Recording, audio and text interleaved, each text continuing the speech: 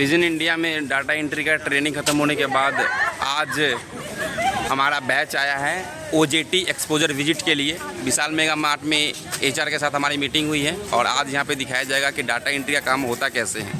Training ख़त्म होने के बाद एक OJT चलता है जिसमें ऑन जॉब ट्रेनिंग इसका नाम है, जिसमें बताया जाता है कि किस प्रकार मॉल में डाटा एंट्री का काम होता है। तो आज हम अंदर चलेंगे, ये हमारे कैंडिडेट है ये सब, और इन्होंने ट्रेनिंग किया है और फिर उसके बाद आज हम इनको दिखाएंगे कि OJT क्या होता है और डाटा एंट्री का काम इस मॉल में कैसे होता है।